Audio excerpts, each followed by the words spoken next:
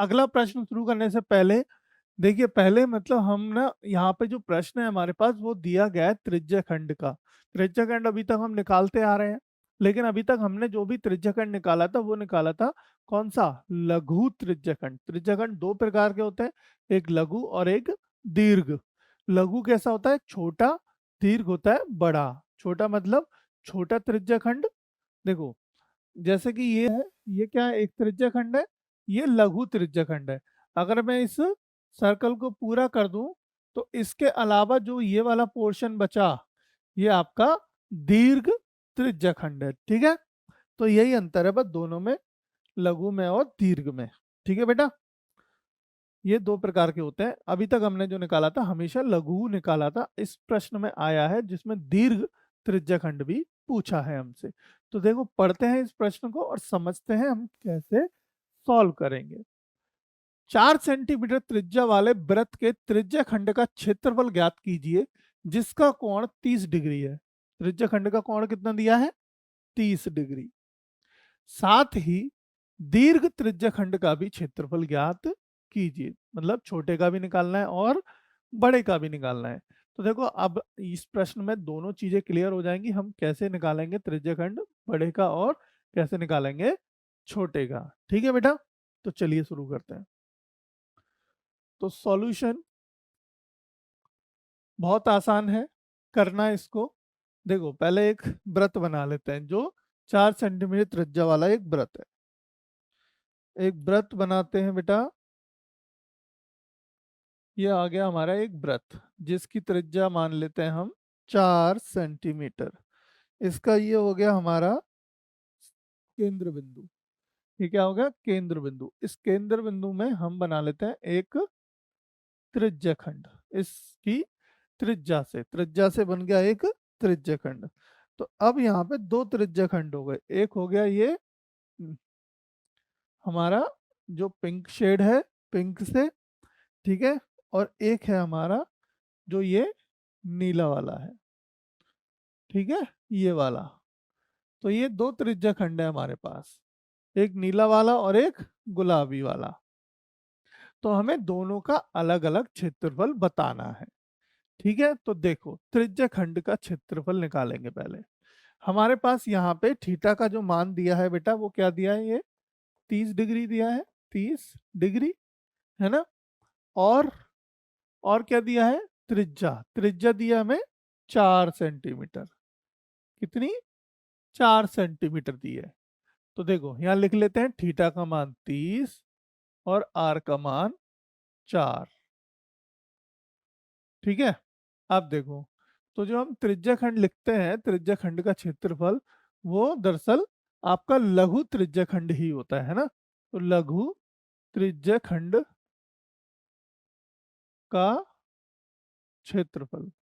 देखो जब तक हमसे दोनों ना निकलवाए तब तक हमें ये लघु लिखने की जरूरत नहीं है। हमेशा त्रिज्या खंड की जब बात आती है तो वो लघु की ही बात होती है, दीर्घ की बात नहीं होती। दीर्घ के लिए वो स्पेशली आपको बोलेगा कि दीर्घ त्रिज्या खंड का क्षेत्रफल ज्ञात करो। अच्छा एक बात और है, याद आई मुझे, कि अगर प्रश्न में डायरेक्टली ये पूछ ले कि आपसे कि दीर्घ त्रिज्यखंड का क्षेत्रफल बताओ, तो आप कैसे निकालोगे, डायरेक्ट बताओ।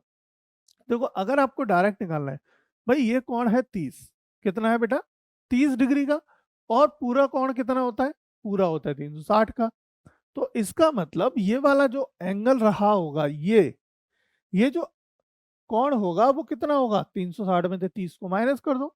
360 में से 30 को माइनस कर दो, तो 30 माइनस करोगे 360 में, तो कितना बचेगा, 330। तो 330 उसका थीटा का मान आ गया बड़े वाले के लिए। क्या आ गया, बड़े वाले दीर्घ त्रिज्या खंड का क्षेत्रफल अगर निकालना है तो उसका थीटा का मान लेके चलेंगे आप, कितना, 330। 330 बटे 360 गुणा पाई आर स्क्वायर कर दीजिए, आपका दीर्घ त्रिज्य खंड का क्षेत्रफल निकल आएगा।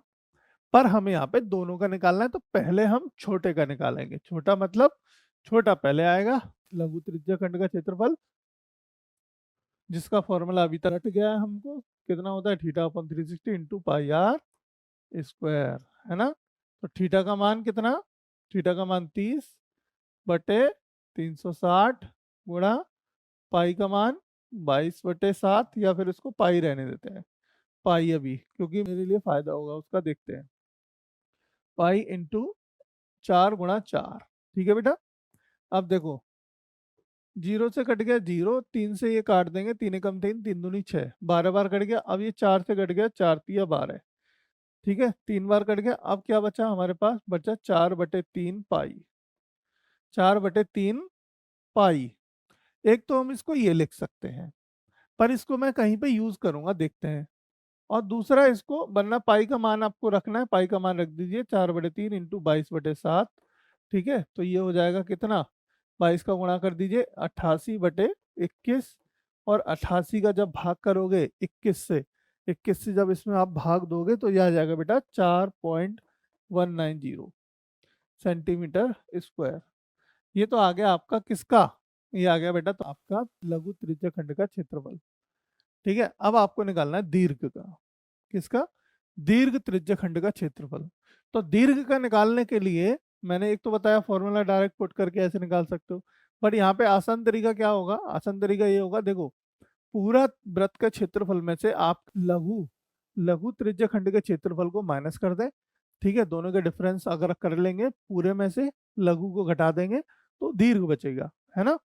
पूरे में से लघु को घटा देंगे तो दीर्घ बचेगा। तो वृत्त का क्षेत्रफल क्या होता है, वृत्त का क्षेत्रफल क्या होता है, वृत्त का क्षेत्रफल होता है पाई आर स्क्वायर। पाई को एज इट इज रखते हैं, आर मतलब हो गया हमारा 4 चौक 16, 16 पाई, 16 पाई आ गया। अब देखो, हमारा लघु का कितना था, 4/3 पाई था, है ना। तो इसमें से माइनस कर दो तो हमारा निकालेंगे। अब हम यहाँ पे क्या निकालना था हमको, दीर्घ का, ठीक है। तो दीर्घ का, दीर्घ त्रिज्या खंड,